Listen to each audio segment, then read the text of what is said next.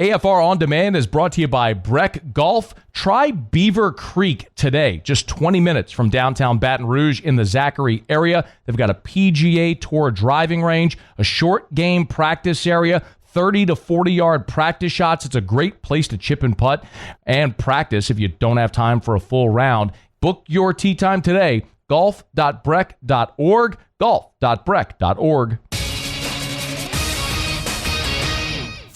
Matt Moscona. I'm very important. After further review. Say it one more time. After further review with Matt Moscona. And here we go. Live from the Raising Cane studio. Let's rock! Go!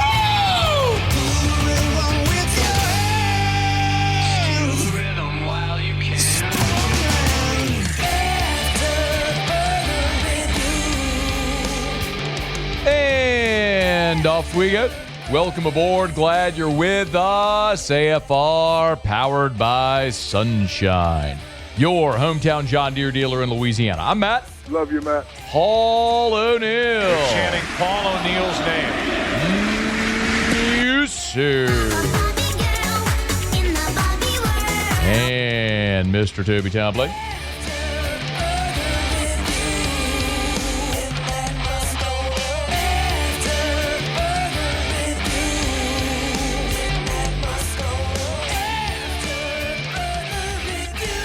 All right, we're here. Glad you are as well. Get out there, make it a good one. Shady, talking some recruiting in 15 minutes. John Neighbors in 1 hour. Who is Arkansas going to hire? Will Blackwell here to talk about if LSU can fix that offensive line. Sean Salisbury in hour 3. My goodness, we got a ton to do. Let us begin as we do every single day.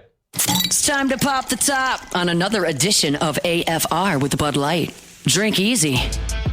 Oh, is Hunt Palmer so sad? Cubs are down 1-0 in the fourth. Tell you what, Muse. Beautiful day at Wrigley. Beautiful day to watch the Cubs go home. Don't worry, Muse. You don't have to say it. It's early, man. It's just the fourth inning. I mean, the Cubbies got time. It's game one of potentially three. It's LSU's open date, which means no typical media availability for Brian Kelly during the week. Didn't have his Monday press conference. However, he was a guest on the Feinbaum Show, as he is every Monday. And so that was the first opportunity we had to hear from Brian Kelly after the loss to Ole Miss. And so that means it was his first opportunity to speak publicly since watching the tape and reviewing everything with his staff and going into this open date. And as you might imagine, there was a lot that they didn't like on the game film. Well, we got to get better. I think everybody's angry. I'm angry. I'm angry at myself for, not having the details in this game that we needed. And that starts with us coaching. That starts with teaching, preparing your football team. And then, at the end of the day, your players have to be disciplined and execute. But I think there's just a lot of disappointment in the way we prepared our team. And I take full responsibility for that. Okay.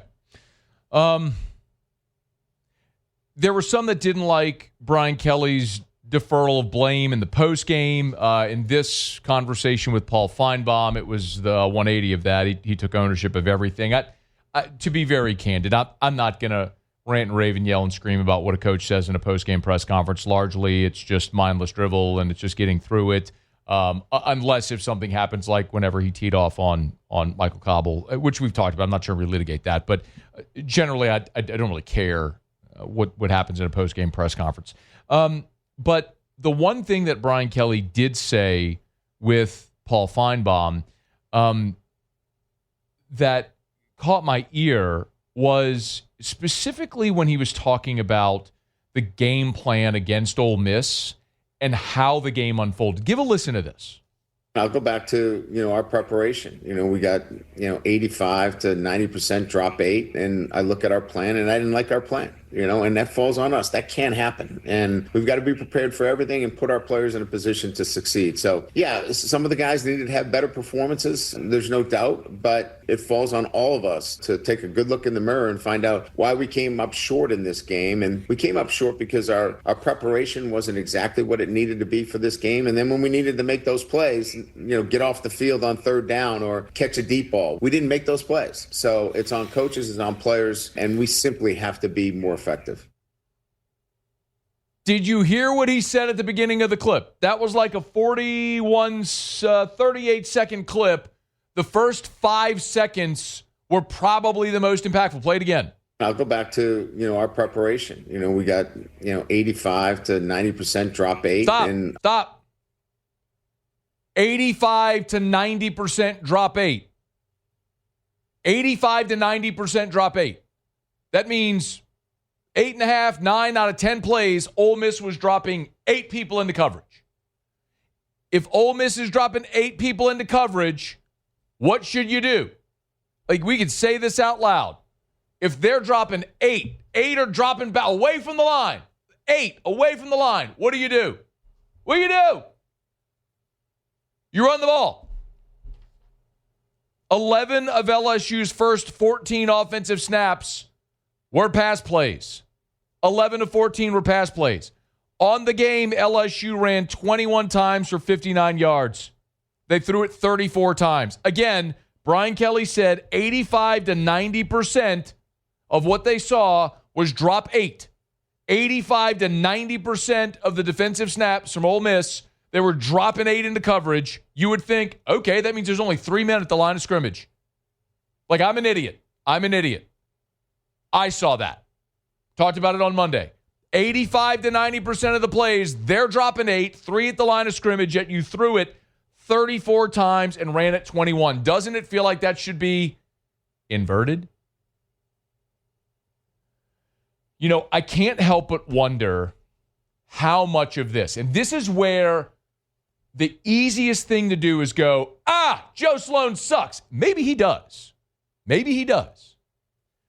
But the other part of this that I can't help but look at and go is, how often are they calling RPOs, which is run pass option, right? That's what RPO stands for. One of the best explanations of this I ever heard was Urban Meyer on the Silly Fox morning show that nobody watches. But Urban Meyer talked about RPO, which by definition is a run with a pass option. It is a run call. You are calling a run play, but if you get the right look, you throw it with a pass option. Run with a pass option. How many times did Garrett Nussmeier check out of a run into a pass? That I have no way of knowing that. 0. Only Garrett Nussmeier, Joe Sloan could answer that question. But I want to remind you this. After the Clemson game, this was the Monday, right? This was Monday after Clemson. So not immediate post game. This was Monday after Clemson. You win the game. You watch the film on Sunday. Brian Kelly meets with reporters on Monday. This was Brian Kelly talking about Nussmeier's management of the offense of the Clemson game. His management was outstanding. That's as good as he's been in terms of, getting us in the right run plays, making the right checks. As I said, I think he held the ball for no more than 2.2 seconds on an average. The ball came out quickly. That helps your offensive line. I thought he did that happens only when you have a veteran quarterback. Ball got out quickly. He got us into the right running plays. Held the ball no more than 2.2 seconds. Remember, the big concern was Clemson's defensive line and the pressure. New offensive line for LSU. He got the ball out quickly, got you into the right running plays, right checks. So did Nuss just not make the right reads, right checks against Ole Miss? Was it Joe Sloan with bad calls or Nuss's lack of making the right? Those are the things I don't know. And if we had an opportunity to speak to Brian Kelly on Monday, you better believe that would have been the first question that I asked. But that's one of the things that I can't get out of my head when I continue to look at this, which seems so obvious. They rush 3. You've got to be able to run the ball against a 3-man front. And you didn't even try.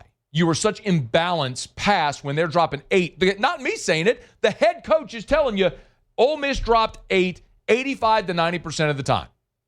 Which means you had numbers to run the football and you didn't even try. You threw it 34 times, you ran it 21.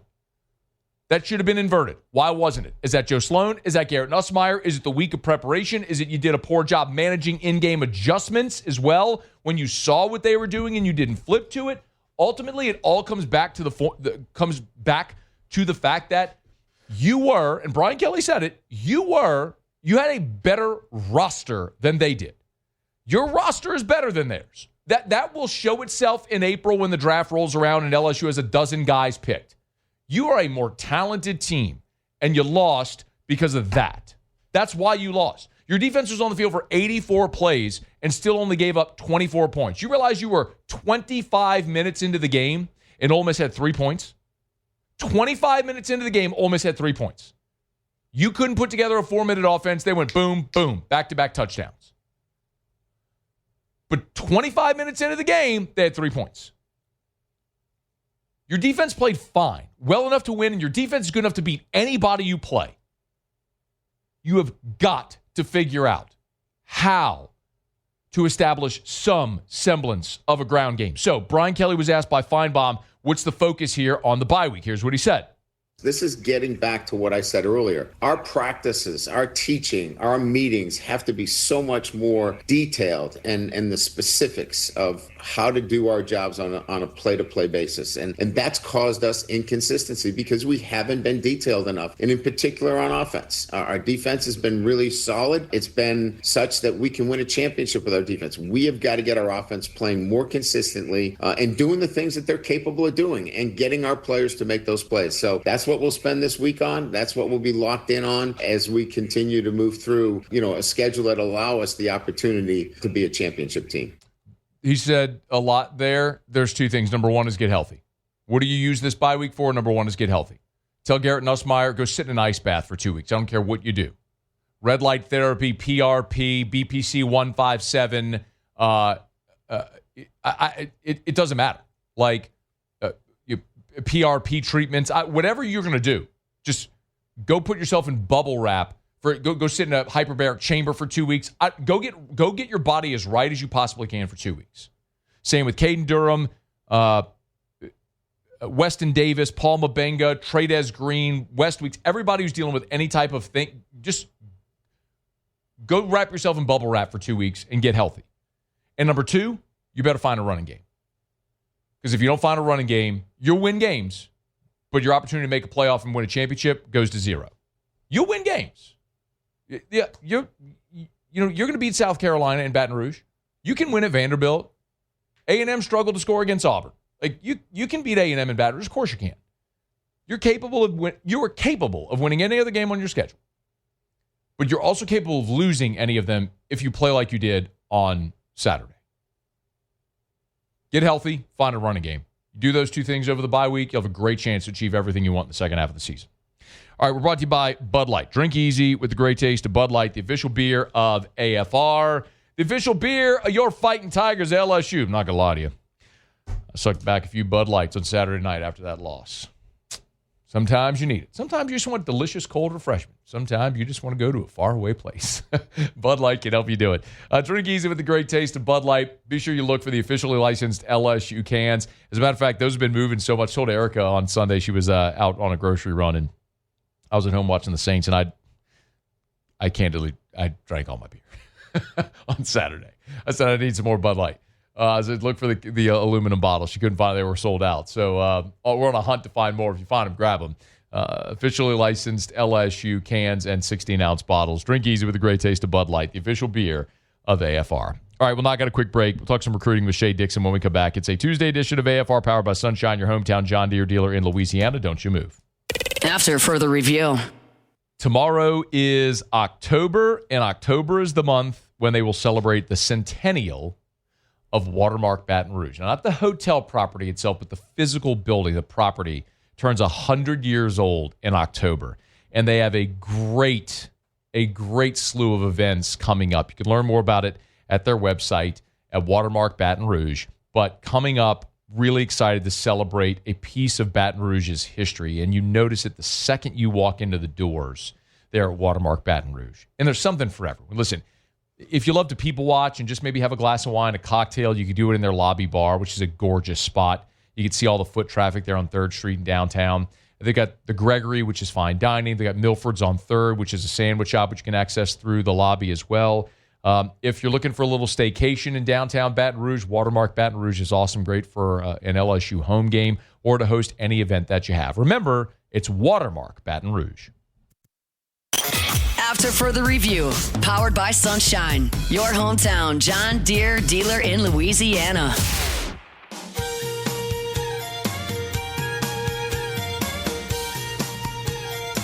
Always appreciate our friends at Sunshine, Bunky and below. You want a deer? You're going to Sunshine, sunequip.com, official partner of LSU Athletics. Sunshine, your hometown John Deere dealer in Louisiana. Shea Dixon, On3, the Bengal Tiger, good enough to hang out with us as he does every Tuesday. We talk a little recruiting. Shady, how are you, man?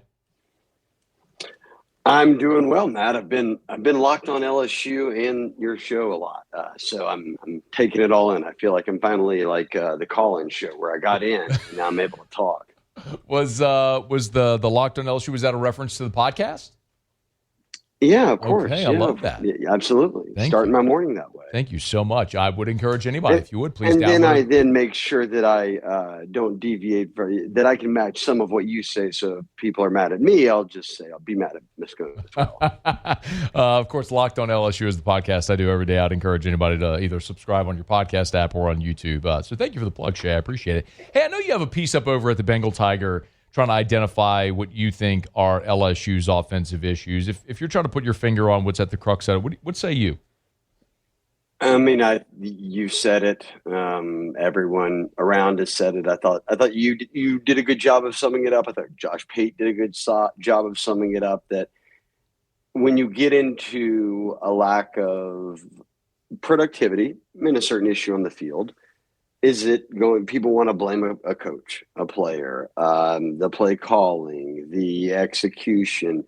When you're the worst in the SEC at rushing the football a year ago, and now you're second worst this year, only to South Carolina in yards per carry, and they're worse than you are. I mean, they're 1 and 2 right now. They're falling apart. That it's got to be it's a myriad of a lot of things, right, Matt? Like it's sure some can outweigh others, but everything here is involved. And so I start out by saying that I think it all starts with the fact that you can't run the football. And I went and looked at teams that have run the ball about as much as LSU, whose yards per carry are about as much as LSU are, and either they're worse than LSU or about as good as LSU. And if they happen to be viewed in a better light than LSU right now, it's because they play good defense, but they also throw the ball well, and certainly throw it for more than 7 yards, per reception, which ranks towards the bottom of the league, which that was kind of my main point is, yes, it all starts up front. But even then, look, a year ago, you couldn't run the ball, but you could throw it. You can't couple those two together, marry those two together and think that you're ever going to have much success, no matter how great your defense is or your special teams unit is. Let's not forget about that. Chadwick and Ramos have been amazing. Yeah. You're hoarding all of the best return men in the SEC. You don't really get to do kickoffs, but return-wise, I mean, you've got the guys. And then my other only thing is the thing that everyone's talking about is this whole, and I don't even think it's a thing. Like, people are like, is Nussmeier injured? And you could just watch it and see he's injured. Or I could just play you a clip of Brian Kelly telling you that he's injured. So we know that he's injured. I think now you have to balance, as a coaching staff, as a football operations building, a program of whomever is in charge of making these decisions. Is an injured Garrett Nussmeier to whatever degree better than Michael Van Buren, who we presume to be the first backup that would see the field? And look, Brian Kelly had said he's injured and we need to get him to the bye week and rest. Well, Southeastern gave us a little bit of fool's gold. When they played another good team, he looked like he was injured again. So I don't know. Look, I'm not his doctor. I hear all the rumors. I don't know what's going on relative to what it means of, is he going to be the quarterback when they play South Carolina? And if so, how healthy? And if he's not, that clearly means he's not healthy enough to play. And we're going to see Van Buren. Like, I'm not with the crowd that just thinks that even if Nuss is 80%, I would put Van Buren in because they don't have the run game or this. It's, and I'm sure, Matt, it's everywhere, right? But nobody loves a backup quarterback more than LSU fans. And I understand Nuss is hurt, but the reality is he's thrown the ball more than anybody in the SEC. His completion percentage is very good. It's that they throw for 7 yards at a time. Well, why are you doing that with a gunslinger? And we know why. It's because he's hurt, and that limits what you can do on offense. So I think they're all in this balance of, is it hindering us to the degree that we need to try something else? Just use this week to put him in bubble wrap, and let's see how it looks whenever they start getting ready for the Gamecocks. Hey, Shea Dixon's with us. He's on Twitter at Shea Dixon. Is the bye week a real opportunity for the staff on the recruiting front? Like, what will they be doing this week? I think that after you win, often you get very, like, had that been 5-0, you're on the road, right? Everybody's on the road. You're doing all that. I think that's going to, about midweek, latter part of the week, they'll be on the road. They'll see kids in school, but then games on Thursday and Friday, right? You only get so many opportunities to evaluate a player. And often, Matt, that if I go and watch you play at Catholic, well, U High's got Lamar Brown and all these guys, so that counts as me seeing them both. So you kind of got to maneuver through that of, hey, do we want to check out one game that features multiple guys? So they'll be out on the road in the latter part of the week. Right now, from what I've gathered, is all hands on deck in terms of self-scouting or fixing this and everything that comes with coaching after the first loss of the season, which is, look, it's looked similar every game, so they're fortunate to be at 4-1. Yeah. Shea, I want to ask you about a couple of prospects that could be interesting as we move throughout the fall. One of them is linebacker J.J. Bush, who committed to Arkansas. Now, you and I talked about this. LSU wanted him badly. I mean, Blake Baker had really identified Bush as a guy he wanted. Well, obviously Sam Pittman's fired. Travis Williams is fired. So Bush decommits from Arkansas. Where does LSU stand in – give us the thumbnail on Bush, if you would. Just remind people. And then where does LSU stand there? Yeah, he's from Alabama at Theodore, and he was – all up to commit to LSU, and we had the stories ready. And then he said, look, I'm committing to Arkansas, committed there, and now with Sam Pittman's firing, he's opened things up, and he had been on a visit earlier this year. But I would not expect him to end up at LSU, and it's more so because LSU's not pressing for him like they were in the spring. I think that between just kind of a slower start to his senior year, but more so, fortunate or not, they've gotten to see their backups at linebacker now in live action. And they've got a lot of young kids who aren't that bad, right? That prove that they could handle their own. And Baker is your linebackers coach. So if you love him as DC, then you hope that he can develop your linebackers. And the reality becomes that you're losing Whit Weeks, likely. You're losing Harold Perkins, likely. West Weeks is at the end of his career. So the three guys beyond Devon Keys who have gotten the most snaps for you, in all likelihood, are not on this roster next year. Translation portal. So I don't look at it right now. They've got some edge rushers committed. I don't think that they consider high school linebacker to be of the utmost priority given. They've got a bunch of young linebackers on the team. What they need is some veteran guys on this team for next year, given that the guys they're leaning on most right now beyond Devon Keys won't be here. So I would not be shocked at all if they go for more than one linebacker in the portal, just given they're going to need some guys who've played, significant snaps, again, beyond Keys. Yeah, it is interesting how they'll prioritize in the portal. Like a year ago, obviously, they needed to go get offensive linemen. They got two starters out of the portal. That might be the spot they look at here at linebacker. Let me ask you about two. And DB, let's not forget. Yeah, of course. Those guys have won it all over. Of course, two safeties. You got Mansour Delane, which, you might be in the same situation again next year if all those guys are going pro, which we'll get to. But I also wanted to ask about both Darius Gray and Emmanuel Iheanacho, a couple of offensive linemen, 5 stars that LSU was in on to the very end. And I know that they're still pushing for. Shea, is there a realistic possibility, especially considering the shape the offensive line is in right now, of flipping one or both of those guys? I think so, yes, because I do believe that in a world where right now, NIL can be made equal or close to it with the aforementioned guys. So let's remove that from the equation for a minute, and geography, all of that. LSU's 4-1. And I have said this forever. High school kids do not, if I quizzed them all, they wouldn't know what LSU's like. If I got to the end of the season, they could not tell you if LSU was 10-2 or 9-3. Like, that's just not what they care. Like, they don't live and breathe it like we do. Yeah. They care about fit. Now NIL's involved, all of that. But every one of these kids at LSU recruits is the best kid on their high school team usually. So they do care about playing early. And as you just noted, they took some transfer linemen that are on the back end of their careers. Are you going to sit here and tell me that anybody else on this O-line has a spot locked in?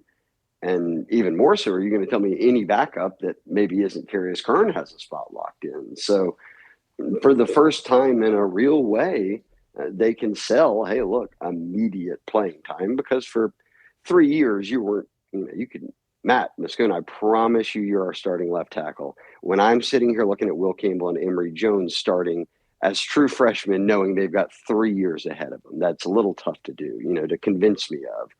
I don't think they'll have that problem this offseason. So I don't know what the likelihood is, but realistic, absolutely. Do you think they're more likely to address offensive line again in the high school recruiting with Gray, Iheanacho, or in the portal like you talked about with linebacker? I think if you could get Gray and Iheanacho, who are guys viewed in a very similar let me put it best to you. Those two would be viewed in a similar way that you would have viewed Carius Kern.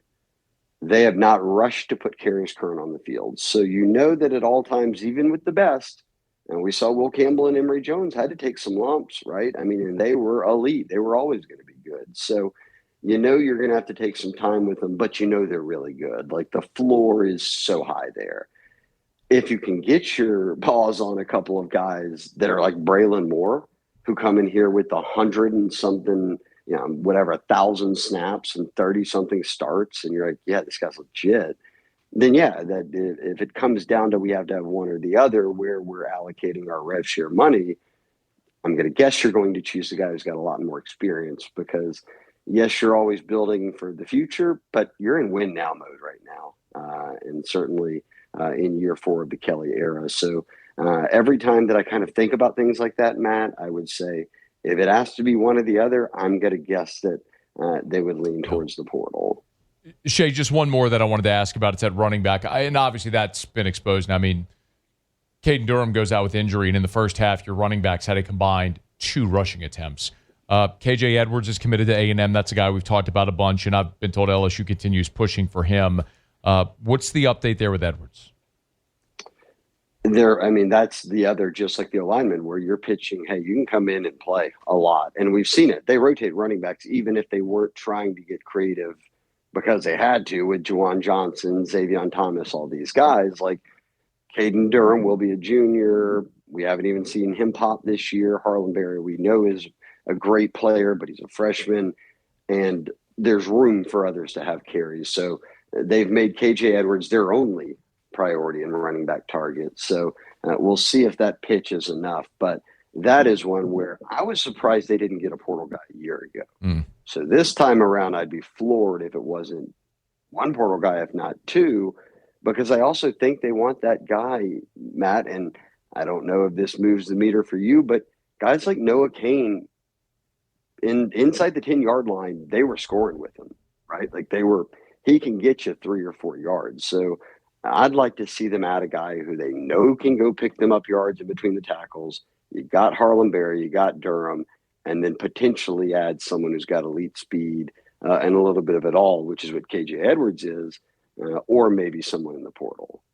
He is Shea Dixon from On3, the Bengal Tiger, of course, rivals as well for the recruiting info there, is with us every Tuesday. Shea, we always appreciate the time and the insight, man. Enjoy your open date. Oh, okay. I'll try to. Thank you for that. Have a good week, Matt. Thanks, man. That's Shea Dixon. We appreciate the time as always. We're brought to you by Relief Windows and ReliefWindows.com. Hey, remember, if you are building a house, tell your contractor, your builder, to use Relief Windows, because you install these windows on the front end and you're done for life. Remember, when you install energy efficient replacement windows from Relief Windows, lifetime transferable warranty on labor, material, and glass breakage. So if it's new construction, tell your builder, use Relief Windows, because you'll be done forever with windows. Windows, door, siding. Oh, yeah, they do shutters as well. It's Relief Windows and ReliefWindows.com. Windows, door, siding, Relief Windows and ReliefWindows.com. Okay, well, now I got a quick break here. Come back, go around the SEC. Also, we do know 2 new future sites for the national championship game for 2027 and 2028. We'll get to that and give some reaction as we continue here on a Tuesday edition of AFR, powered by Sunshine, your hometown John Deere dealer in Louisiana. AFR. Y'all, we are creeping toward the busiest home selling and home buying month in this market. I know most people think spring, right? End of the school year, kids are out of school. That's when most people put their homes up for sale to move during the summer. Not so. It's November. November is the busiest market, the busiest month in the real estate market in Baton Rouge because, and it makes sense, you want to be in your new home for the new year. You want to be in your new home and settled for the holidays. You move now. So beat the rush. Darren James can help. Thinking about selling your home, you got to call Darren James. Nobody sells more homes than Darren. And I love telling you about this very useful tool. Go to agent225.com, agent225.com, hit the home value tab, type in your address. It'll tell you exactly how much your home is worth today using local market data. It is the most accurate estimate you'll get. Go to agent225.com.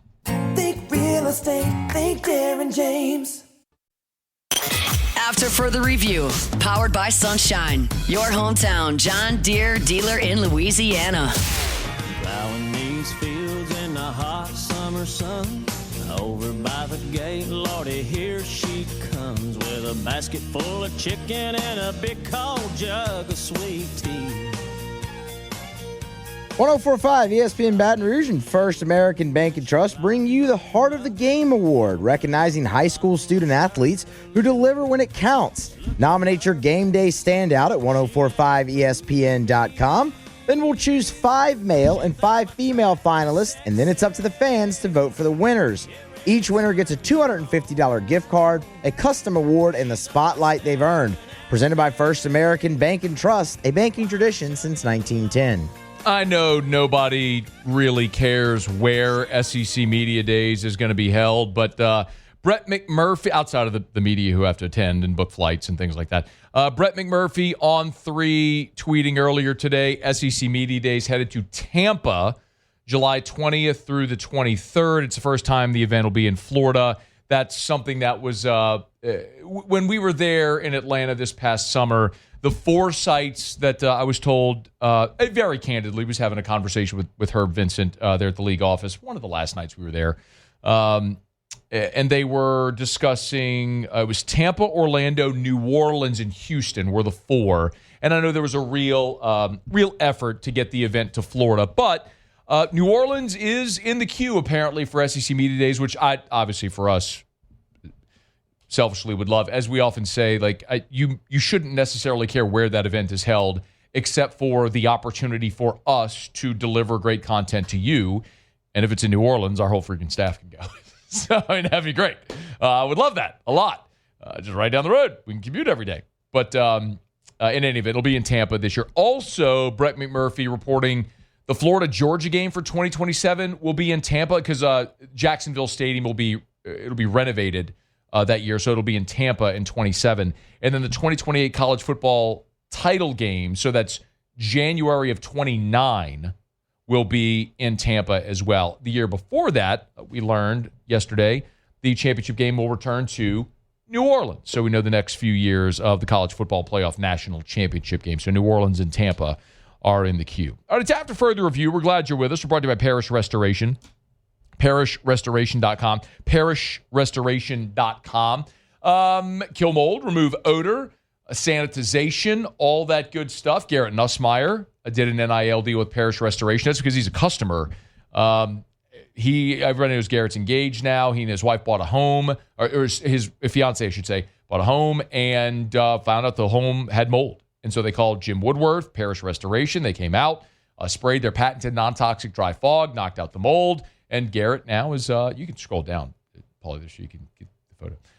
So you can see Garrett's testimonial there at the website at ParishRestoration.com. ParishRestoration.com. Just fill out the form on the homepage, give you an estimate. Commercial, residential, it's Parish Restoration, ParishRestoration.com. Okay, y'all, it's after further review, and we're glad to have you hanging out with us here. We got John Neighbors in 21 minutes from right now. Arkansas fired Sam Pittman. Bobby Petrino is the interim. who is most likely to get that job. What's the feeling? We'll talk about all that coming up with John. Of course, Arkansas is one of LSU's permanent or annual rivalry games. So who Arkansas hires is very relevant to this fan base. So we'll talk about that with John coming up here a little more than 20 minutes from right now. Right now, do it every day about this time. Let's go around the SEC. Around the SEC, bringing you the biggest news from the nation's best conference, the Oklahoma Sooners. Brent Venables on his radio show Monday night gave an update for quarterback John Mateer, said he's already out at practice, going through stretching and, quote, going to push the limits on everything when it comes to his rehab and getting back. So, of course, Mateer underwent surgery on his throwing hand last Wednesday. He'll miss the game against Kent State. After that, no one's really sure when the return will be. The hope is that it'll be for next week. Oklahoma's coming off a bye. Next week is the Red River rivalry against Texas, what they're hoping for, but we'll see. The Florida Gators. Florida has offensive help on the way.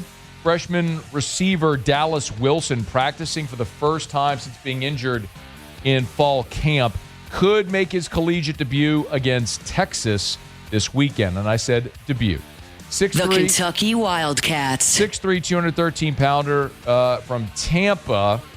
Was the star of the spring game, if you remember. He was a 5-star, top 50 player nationally. Could be good to go this weekend. Now you can hit it, Muse. The Kentucky Wildcats. DJ Waller, injured Kentucky defensive back, been out with a hamstring injury that he suffered in the season opener against Toledo. Mark Stoops says they hope to have him back for the South Carolina game. Wasn't ready. Status for this week against Georgia up in the air, but they're continuing to gauge it. The Alabama Crimson Tide. 2027 offensive lineman Jatori Williams out of Phoenix City, Alabama, has committed to the Crimson Tide, the number 4 interior offensive lineman in the country.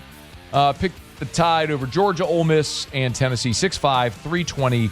He's number 73 overall in the country. The Tennessee Volunteers. And how about this? Tennessee baseball coach Tony V and his tiny little pee-pee. That's a T-Bob line. It's not mine. Don't you quote me. Tony V has been linked to the San Francisco Giants manager job. How about that? San Fran fired Bob Melvin on Monday, 24 hours after the season ended.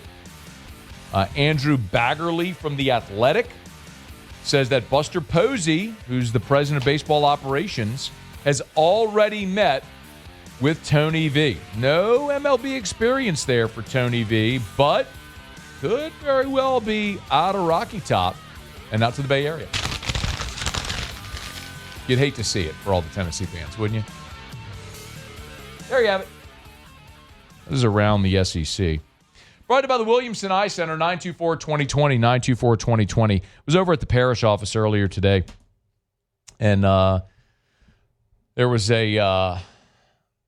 we had a visitor to the office who was coming in for a sales meeting and all, and he was bemoaning the fact that he couldn't read the label on a bottle. And I said, man, got to call Dr. Blake Williams. Said, I will never be the guy reaching for readers, because I spent my whole life being unable to see. Genetically, my family has awful eyes. God bless. My sister had glasses when she was 5 years old. Mom, dad, brother, me, all of us, awful eyes, just genetically bad eyes. And I wore glasses and contacts my whole life until about 7 years ago, almost 7 years to the day. It was September the 11th. I had LASIK with Dr. Blake Williamson, and to be able to wake up in the morning and see is unbelievable. It's like spending your whole life watching standard def, and then you see HD for the first time. You're never going back. And I'm going to tell you this straight up. My eye will keep aging, and later down I'll have other issues, whatever. LASIK doesn't wear off. It changes the shape of your eye. So that's a misconception. LASIK never wears off. It's just other parts of your eye age. So in the eventuality, as I get it later in life, something happens, I'll go back to Dr. Blake. I'll say, what can we do? Maybe it's PRK. Maybe it's a lens replacement. Maybe it's something else. But I'll tell you this much. I'm never wearing glasses and contacts again. Knowing there are options out there, why would you? 924-2020, 924-2020, 924-2020, or WilliamsonEye.com. All right, y'all, let's add further review Glad you're hanging out with us here. Remember, you can always email us, tweet us, or text us. You can text 225-396-4400, 396-4400, 396-4400. Lots of ways you can get involved in the show if you want to do so. Let me knock out a break. There could be a pretty seismic shift coming to the way you consume college football on TV. We'll get to that. John Neighbors again here in about 17 minutes from right now. And I do want to go deep dive into Saints against Jackson Dart. We'll get into that in about half an hour as the rookie quarterback from Ole Miss now with the Giants will be making his first career road start in the Dome this Sunday. Want to peel back the layers of the onion on that matchup. We'll get to it here in about a half an hour. It's AFR. AFR. If you want a pool, you call Duplessis Builders. That's what you do.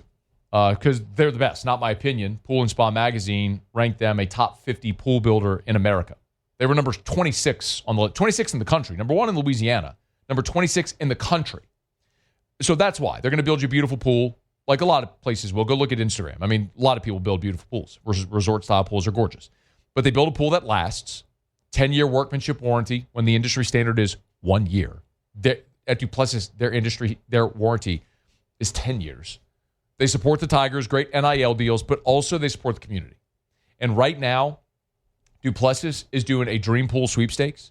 If you go to 1045ESPN.com, 1045ESPN.com, 1045ESPN.com, you'll see the link on the homepage. Make a $25 donation to Dreams Come True of Louisiana, and you're automatically entered to win a Dream Pool courtesy of Duplessis Builders. Why would you do business with anybody else? Check them out online at duplessisbuilders.net. After further review, powered by Sunshine, your hometown John Deere dealer in Louisiana.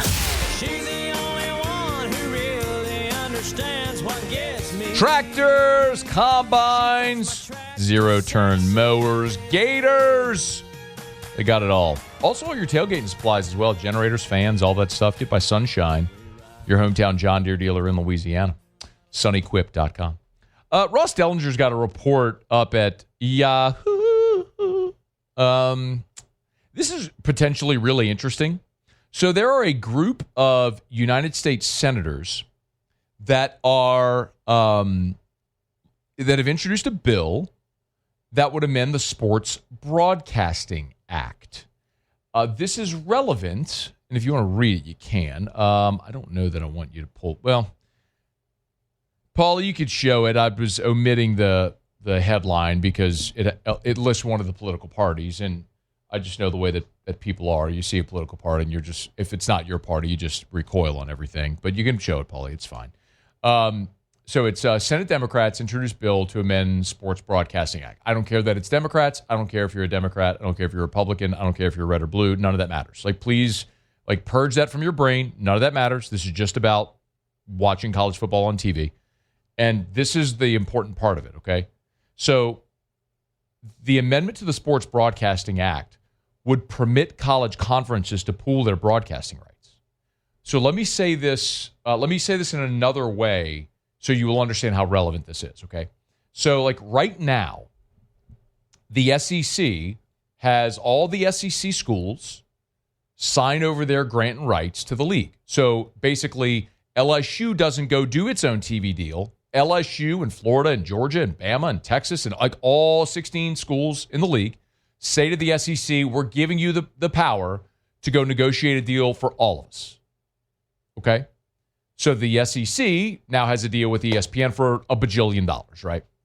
The Big Ten, same thing, and ACC and so on.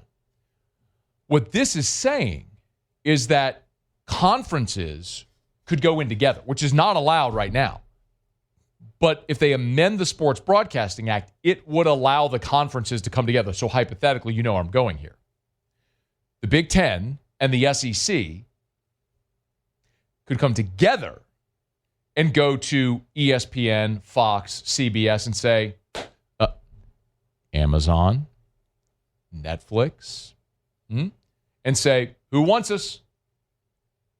And make no mistake, the most valuable real estate in live television is sports.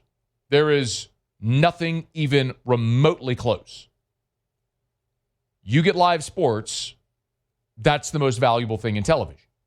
So, as I have said for many years, my theory is we are not going to have conferences. We are going to have college football. in the same way that we have the NFL, just one college football, all under the same broadcast, right? Like all, where there's one TV deal, just like the NFC South doesn't have its TV deal, the NFL has a TV deal.